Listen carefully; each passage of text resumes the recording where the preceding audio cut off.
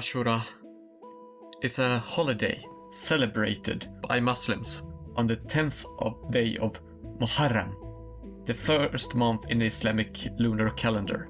Now, the reasons as to why this holiday is celebrated varies between Sunni and Shia Muslims.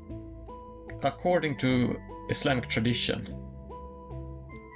the 10th of Muharram is the day in which God saved the Prophet Moses, or Musa, and his people from the Pharaoh by parting the Red Sea. For Sunni Muslims, this day is thus a day of quiet celebration and non-obligatory fasting in remembrance of God's salvation of Moses or Musa.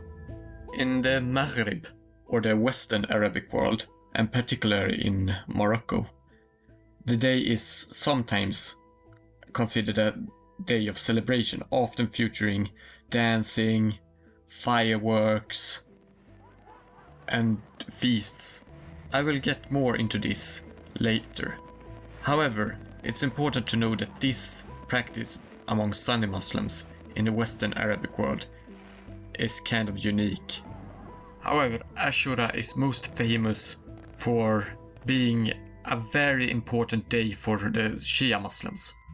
For Shia Muslims, it is an occasion for mourning, often marked by commemorative processions. About what, you might ask? Well, Ashura is the date on which the Battle of Karbala took place, resulting in the martyrdom of Husayn ibn Ali, the son of Ali and the grandson of the Prophet Mohammed. He was killed by forces supporting the then currently raging Umayyad Caliph Yazid I in a brutal battle where they had been starved of water in the heat of the desert before the battle and had to endure enormous pain and suffering before they were killed. And thus, Husayn ibn Ali and his followers suffered defeat and were martyred on this day. And the Shia remember this martyrdom during the day of Ashura.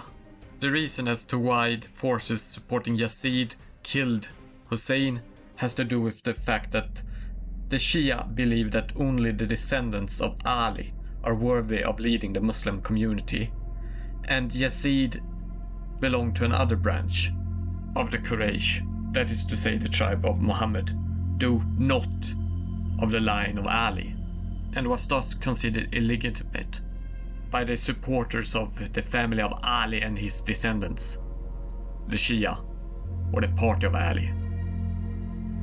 And thus Yazid I wanted to kill them to secure his own position as caliph and the leader of Islam, as his reign had been very unstable, and Husayn was threatening to cause a rebellion against him, and thus he stood as a threat to Yazid I's power. Of course, it's important to know here that for the Shia, Yazid is depicted almost like the devil by Shia Muslims, as this bloodthirsty tyrant that killed the righteous Husayn in a battle between good and evil, where evil temporarily won at Karbala. From a more neutral historical perspective, Yazid is a lot more complex than this, and this entire conflict is a lot more complex than what I'm saying here. But it's important to know that the Shia view of Yazid is as this bloodthirsty tyrant, and this is in memory of those that died in martyrdom fighting him. Whatever view you have of these events, this is an early example of the conflicts and bloodshed that would mark the relationship between the Shia and the Sunni Muslims and their sectarian conflicts. There are several practices associated with Ashura among Shia Muslims. Usually they have extra prayers, usually done communally in remembrance of the martyrdom of Husayn. Communal songs in honor of the martyrdom of Husayn are also sung, and a lot of other practices. However, there is one practice that is infamous for its use among the Shia, and that is tatbir, or self-flagellation or self-harm, where devout Shias will whip themselves or beat themselves with either whips, sticks, or even swords, causing pain and bloodshed in remembrance of the suffering that Husayn had to endure before and during Karbala. Important to note, though, is that not all Shias practice this. It's just certain Shia subdivisions that do this.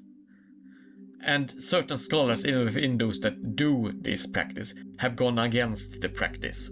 It's not present among all Shias. Not everyone will beat themselves up or think it's appropriate to do that in memory of the martyrdom of Husayn. The origins of this practice are disputed. Certain Shia scholars point towards a story about Zaynab Bint Ali, Husayn's sister. لما رأت رأس أخيها الحسين على رمح طويل نطحت بمقدم المحمل حتى سالت الدماء من رأسها والله العالم. When she, Zaynab, saw her brother's head upon a long pike, she threw her head towards the face of the bearing wall, butting it until blood was flowing down from her head. This tale only mentions her own self-harm and does not call upon other believers to imitate it, but it serves as an example and justification for it.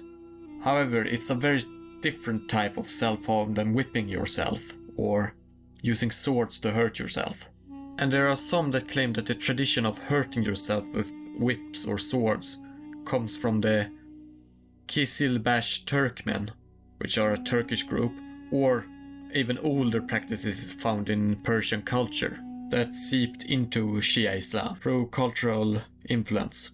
Though another possibility is that it's borrowed from Jewish or Christian tradition, as self-flagellation was common in certain Jewish and Christian sects, especially Jewish tradition, as Ashura, which is linked to the word 10, also is believed to derive from the use of the Hebrew word Ashura, which is a reference to 10 and the 10th day of the new year in the Jewish calendar, which is also Yom Kippur, or the day when the Jews left Egypt, which is the same thing that is celebrated in Ashura by the Sunnis and by the Shias, though it has taken a backseat to the martyrdom of Husayn.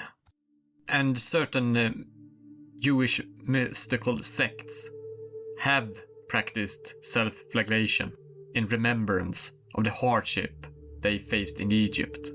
And it's possible that there has been some Jewish influence upon the development of Shia Islam here. Though it is possible also that self-flagellation and bloodletting is a result of spontaneous developments that happened just within and developed by themselves and not due to external influence.